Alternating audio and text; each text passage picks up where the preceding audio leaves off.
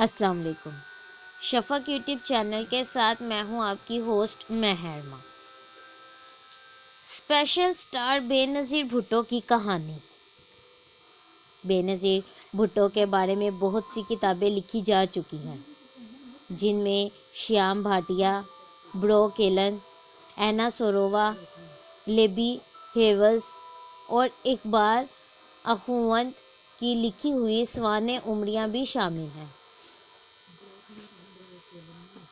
تاہم اس سال بے نظیر بھٹو کی ایک نئی سوانح عمری شائع ہوئی ہے، جس میں ایک تجربہ کار خاتون سیاستدان عابدہ حسین نے بے نظیر کی زندگی اور ان کی جدوجہد کو اپنے مشاہدے کی بنیاد پر پرکھتے ہوئے تحریر کیا۔ عابدہ حسین نے اپنے سیاسی کیریئر کا آغاز 1971 میں کیا۔ وہ پیپلز پارٹی کی طرف سے قومی اسمبلی کی ممبر منتخب ہوئیں۔ بعد میں وہ پاکستان مسلم لیگ نون میں شامل ہو گئیں اور اس پارٹی کے ٹکٹ پر دوبارہ قومی اسمبلی کی رکن منتخب ہوئیں۔ وہ 2006 میں دوبارہ پیپلز پارٹی میں شامل ہوئیں۔ عابدہ حسین 1991 سے 1993 تک امریکہ میں پاکستان کی سفیر بھی رہیں۔ ان کی نئی کتاب اسپیشل سٹار بے نظیر بھٹو کی کہانی ایک کہانی کی شکل میں لکھی گئی ہے، جس میں انہوں نے بے نظیر کی ابتدائی زندگی، ان کے والد اور سابق وزیر اعظم ذوالفقار علی بھٹو کے عدالتی قتل، بے نظیر کی پیپلز پارٹی کی قیادت، وزیر اعظم کی حیثیت سے ان کے دونوں ادوار، ان کا قائد حزب اختلاف کی حیثیت سے کردار، ان کی جلا وطنی کا دور، پرویز مشرف کی حکومت کے دوران مصنفہ اور بے نظیر کے رابطوں، مشرف کی حکومت کے خاتمے، بے نظیر کی وطن واپسی اور پھر ان کی شہادت کے بارے میں تفصیلاً لکھا گیا۔ اس کے علاوہ عابدہ حسین نے اپنے مشاہدے کی بنیاد پر بے نظیر کو ایک بیٹی، بہن، بیوی اور ماں کے کردار کے حوالے سے بھی پرکھا ہے۔ کتاب کے دیباچے میں عابدہ حسین کہتی ہیں کہ شروع میں وہ سمجھتی تھیں کہ بے نظیر ہر قسم کی قابلیت سے عاری خاتون ہے، تاہم رفتہ رفتہ جب وہ انہیں سمجھنے لگیں تو ان کی مداح بن گئیں۔ جنگ سے تعلق رکھنے والی عابدہ حسین کہتی ہیں کہ بے نظیر کی پر اثر شخصیت کی کشش نے انہیں ان کا گرویدہ بنا دیا۔ ان کا کہنا ہے کہ بے نظیر ذہانت، قابلیت، دلیری، وقار اور حسن کا مجسمہ تھیں۔ ان کے مطابق بے نظیر یقیناً کسی منفرد ستارے کے زیر اثر پیدا ہوئی ہوں گی۔ اپنی کتاب میں متعدد بار عابدہ حسین نے لکھا ہے کہ جب ان کی بے نظیر سے قربت ہوئی تو بے نظیر ہر نازک معاملے پر ان سے مشورہ کرتی تھیں اور ان کے مشوروں کو ہمیشہ قدر کی نگاہ سے دیکھتی تھیں۔ بے نظیر کو جب بھی کسی سیاسی الجھن کا سامنا ہوا تو انہوں نے ہمیشہ عابدہ حسین کو بلا کر مشورہ کیا۔ کتاب کے پہلے باب میں انہوں نے بے نظیر کی ہارورڈ اور آکسفورڈ یونیورسٹی میں زندگی کے بارے میں تفصیلات بتاتے ہوئے لکھا ہے کہ ان کے والد ذوالفقار علی بھٹو کی یہ خواہش تھی کہ بے نظیر بھی ان کی طرح ہارورڈ کے بعد آکسفورڈ یونیورسٹی میں تعلیم حاصل کریں، لہٰذا اس وقت برطانیہ میں موجود پاکستان کے ہائی کمشنر میاں ممتاز دولتانہ کی مدد سے بے نظیر کا داخلہ آکسفورڈ میں ہو گیا، جہاں انہوں نے پولیٹیکل سائنس، فلسفہ اور معاشیات جیسے مضامین کا انتخاب کیا۔ آکسفورڈ یونیورسٹی کے قدیمی فن تعمیر نے انہیں بہت متاثر کیا۔ یونیورسٹی کے دوسرے سال کے دوران وہ یونیورسٹی یونین کی صدر منتخب ہوئیں۔ ان دنوں عمران خان بھی، جو بعد میں کرکٹ ہیرو اور پھر سیاسی رہنما بنے، اسی یونیورسٹی میں زیر تعلیم تھے۔ بے نظیر اور عمران خان آکسفورڈ یونیورسٹی میں ہم عصر تھے اور ایک دوسرے کو بخوبی جانتے تھے۔ انہی دنوں جب ذوالفقار علی بھٹو بھارتی وزیر اعظم اندرا گاندھی سے 1971 کی جنگ کے نتیجے میں جنگی قیدی بننے والے 90,000 پاکستانی فوجیوں کی رہائی کے لیے مذاکرات کرنے شملہ گئے تو وہ بے نظیر کو بھی اپنے ہمراہ لے گئے۔ عابدہ حسین لکھتی ہیں کہ شملہ نے بے نظیر کو مڑی کی یاد دلائی، تاہم شملہ مڑی کے مقابلے میں زیادہ بڑا اور گنجان آباد تھا۔ اس مختصر دورے میں بھارتی میڈیا نے بے نظیر کو بہت زیادہ کوریج دی۔ عابدہ حسین لکھتی ہیں کہ ذوالفقار علی بھٹو کو پھانسی دیے جانے کے بعد جب وہ نصرت بھٹو سے تعزیت کے لیے کراچی ان کی رہائش گاہ 70 کلفٹن پہنچی تو انہیں اندر جانے کی اجازت نہ دی گئی، تاہم وہاں موجود تعزیتی کتاب میں انہوں نے اپنے تاثرات قلم بند کیے۔ مصنفہ کے بقول بعد میں بے نظیر نے خود انہیں بتایا کہ یہ کتاب کبھی بھی انہیں نہیں دکھائی گئی۔ کتاب میں ذوالفقار علی بھٹو کی شہادت کے بعد ان کے دونوں بیٹوں مرتضیٰ اور شاہ نواز کی طرف سے بھارت جا کر الذوالفقار تنظیم بنانے سے لے کر دونوں کی شہادت تک کی تفصیلات بھی بتائی گئی ہیں۔ اس دوران بے نظیر بھٹو لندن میں جلا وطنی کی زندگی گزار رہی تھیں۔ بالآخر 1986 میں متحدہ عرب امارات کے حکمران شیخ زید کی مدد سے وہ پاکستان واپس آنے میں کامیاب ہوئیں، جہاں عوام نے ان کا شاندار استقبال کیا۔ اس دوران بے نظیر نے تمام ملک کے تفصیلی دورے کیے اور پیپلز پارٹی کو اثر نو منظم کیا اور انتخابات کے لیے بھرپور مہم چلائی۔ عابدہ حسین لکھتی ہیں کہ اس موقع پر نصرت بھٹو کی خواہش تھی کہ بے نظیر کی جلد شادی ہو جائے۔ اس کے لیے بقول ان کے سندھ کے ایک سرکاری افسر شجاع شاہ کا نام لیا گیا، جنہوں نے سرکاری افسر ہونے کی وجہ سے جنرل ضیاء کو خط لکھ کر بے نظیر سے شادی کرنے کی اجازت مانگی۔ تاہم جب بے نظیر کو یہ معلوم ہوا تو انہوں نے اس رشتے کو قبول کرنے سے انکار کر دیا۔ اس کے علاوہ فیصل صالح حیات کا نام بھی تجویز کیا گیا، لیکن عابدہ حسین کہتی ہیں کہ فیصل حیات کی تعلیم کم تھی اور وہ بور قسم کے آدمی تھے۔ ان کے بعد آصف زرداری کی سوتیلی والدہ ٹمی آصف کا رشتہ لے کر نصرت بھٹو کے پاس آئیں۔ اس وقت بے نظیر لندن میں تھیں۔ آصف ان سے ملنے لندن آئے۔ ملاقات میں بے نظیر پر آصف زرداری کا اچھا تاثر قائم ہوا اور انہوں نے یہ رشتہ قبول کر لیا۔ یوں بے نظیر اور آصف زرداری کی شادی ہو گئی۔ مصنفہ لکھتی ہیں کہ عام انتخابات میں پیپلز پارٹی کی کامیابی کے بعد جب بے نظیر وزیر اعظم بنی تو ان کی عمر صرف 35 برس تھی۔ بقول ان کے اپنی تجربہ کاری کے باعث بے نظیر نے بہت سی غلطیاں کی۔ اس دوران آصف زرداری نے کراچی میں ساحل سمندر کے قریب ایک زمین پر قبضہ کر کے ارد گرد کے مکانات منہدم کروائے اور اپنے لیے وہاں ایک عالیشان بنگلہ تعمیر کروایا۔ اس طرح آصف زرداری کے بارے میں بدعنوانی کی خبریں رفتہ رفتہ بڑھتی گئی اور بالآخر ایک وقت انہیں مسٹر 10% کے نام سے پکارا جانے لگا۔ عابدہ حسین مزید لکھتی ہیں کہ اپنے اس دور کے دوران بے نظیر نے جرمنی سے 15 بلٹ پروف مرسیڈیز لگژری گاڑیوں کا آرڈر دیا، جس کے لیے قومی خزانے سے بھاری رقوم ادا کی گئی۔ اس کے علاوہ انہوں نے پارلیمان کی عمارت کے نزدیک وزیروں کے لیے پرتعیش بنگلوں اور پارلیمانی اراکین کے لیے اپارٹمنٹس کی تعمیر کا حکم دیا۔ علاوہ ازیں بے نظیر نے پارلیمان کی عمارت کے سامنے ایک ڈپارٹمنٹ سٹور تعمیر کرنے کا بھی حکم دیا تاکہ وہ اور ان کے بچے بغیر کسی تکلیف کے آرام سے وہاں شاپنگ کر سکیں۔ وہ یہ بھی بتاتی ہیں کہ بے نظیر کے بچوں کو اور ان کے دوستوں کو بار بار کراچی سے لانے اور واپس بھجوانے کے لیے وزیر اعظم کا جہاز مسلسل استعمال کیا گیا۔ ایک مرتبہ بے نظیر کی بیٹی بختاور کو کراچی میں کھلنے والے باسکن اینڈ رابنز سٹور سے آئس کریم کھانے کے لیے وزیر اعظم کا جہاز انہیں کراچی لے کر گیا۔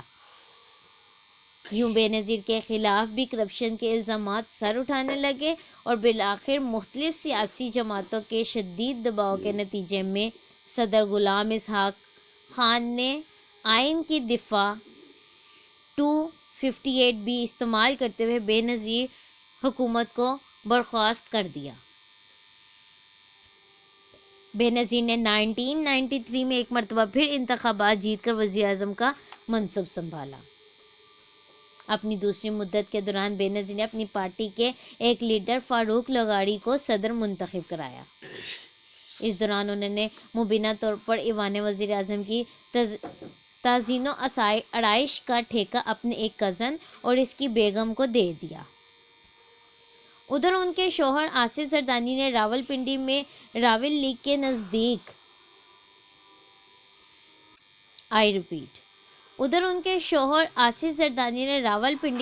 راول لیک کے نزدیک زمین کا ایک بڑا ٹکڑا زبردستی کوڑیوں کے مول خرید لیا اور وہاں لیک ویو ہوٹل تعمیر کروا لیا۔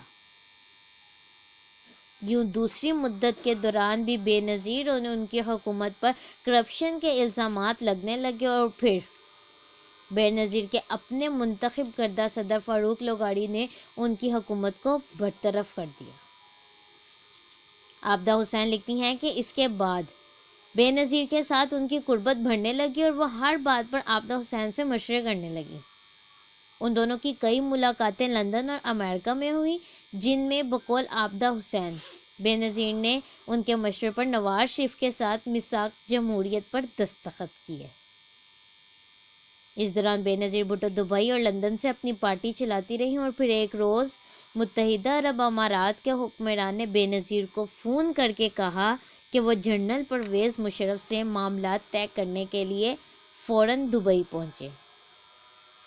عابدہ حسین کے مطابق اس ملاقات میں بے نظیر نے جنرل مشرف سے ڈیل کر لی، جس کے نتیجے میں وہ معاہدہ طے پایا جسے عرف عام میں NRO کہا جاتا ہے۔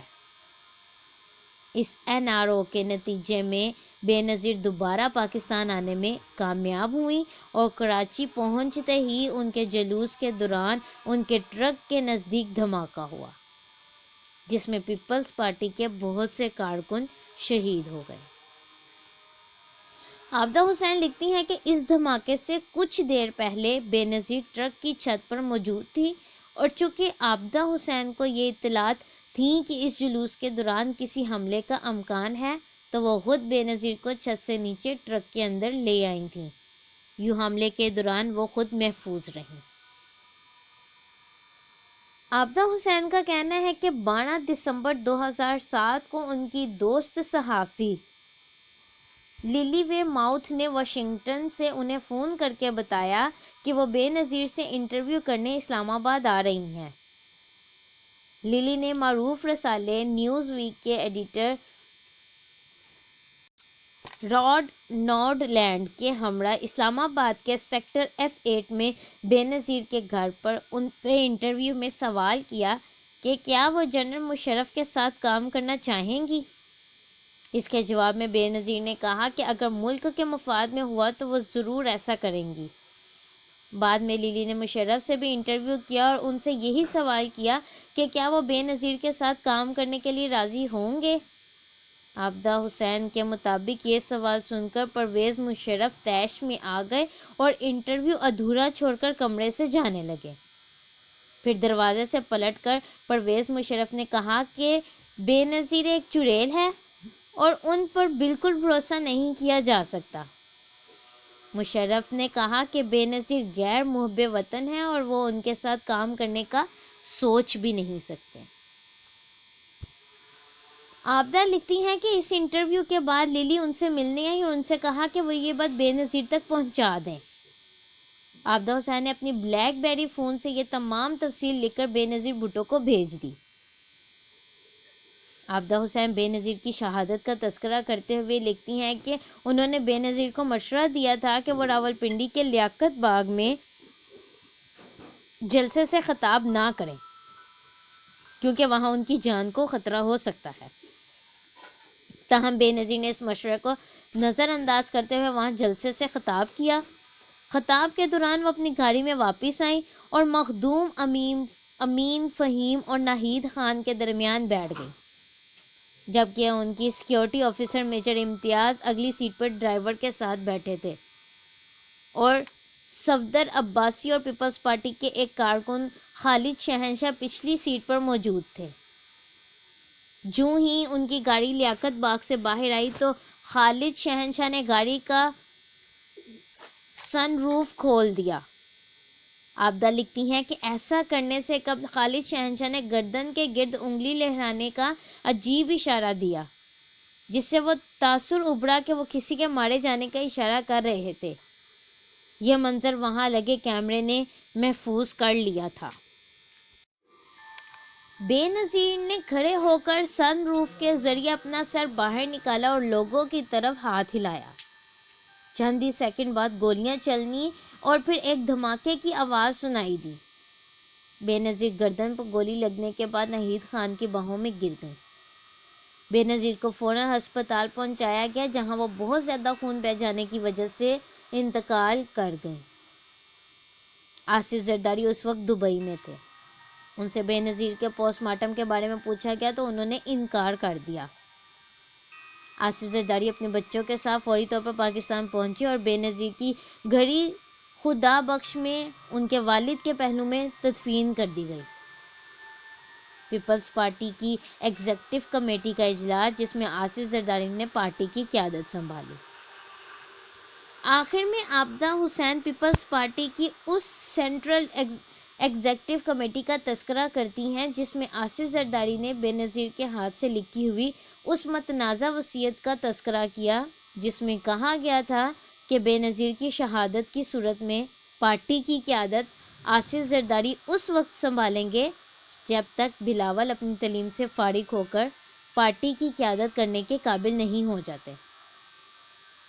کتاب میں عابدہ حسین نے لکھا ہے کہ بے نظیر کی شہادت کے بعد ان کے شوہر آصف علی زرداری نے ان کے ہاتھ سے لکھی ہوئی جو وصیت پیش کی تھی وہ اسے بالکل صحیح سمجھتی ہیں اور اس کے متنازع ہونے کے بارے میں جو تاثر ہے وہ درست نہیں۔ انہوں نے کہا کہ انہوں نے اس وصیت کی تحریر کو اس خط سے مشابہ پایا جو بے نظیر نے اپنے ہاتھ سے عابدہ حسین کو لکھا تھا۔ عابدہ حسین کا کہنا ہے کہ ایگزیکٹو کمیٹی کی میٹنگ میں وہ بلاول کے بالکل پیچھے بیٹھی تھیں۔ آصف زرداری نے اعلان کیا کہ پارٹی کے چیئرمین بلاول ہوں گے اور وہ خود شریک چیئرمین کی حیثیت سے پارٹی کے معاملات چلائیں گے۔ اسی وقت آصف زرداری کو اطلاع دی گئی کہ غیر ملکی صحافی باہر منتظر ہے۔ آصف زرداری نے بلاول سے کہا کہ وہ پارٹی کے چیئرمین کی حیثیت سے باہر جا کر غیر ملکی میڈیا سے بات کریں۔ عابدہ حسین کے بقول بلاول نے مڑ کر ان سے سوال کیا کہ وہ میڈیا سے کیا بات کریں۔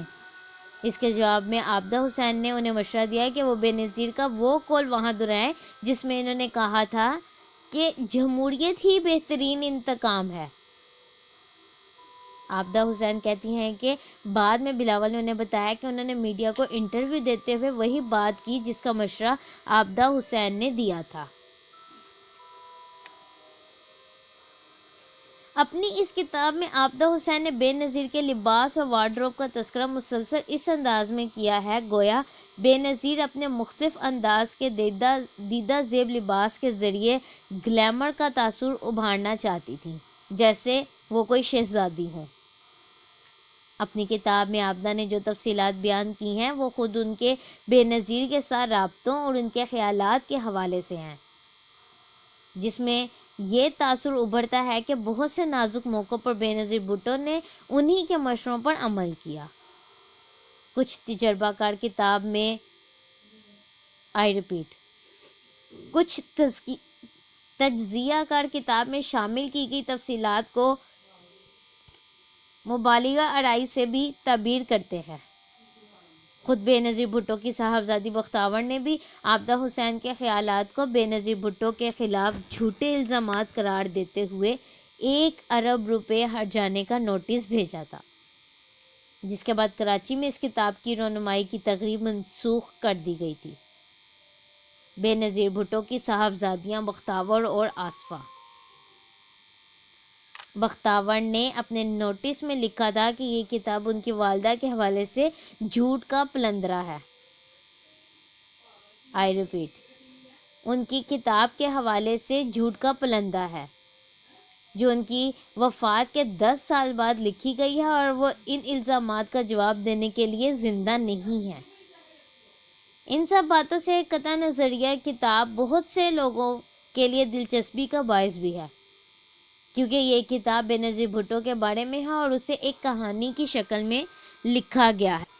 بے نظیر بھٹو کی شخصیت کو آئیڈیل سمجھنے والے لوگوں کے لیے یہ کتاب انتہائی دلچسپ ہے۔ اسپیشل سٹار بے نظیر بھٹو کی کہانی کتاب کا کچھ تبصرہ ایک طرح سے آپ کے سامنے پیش کیا گیا ہے۔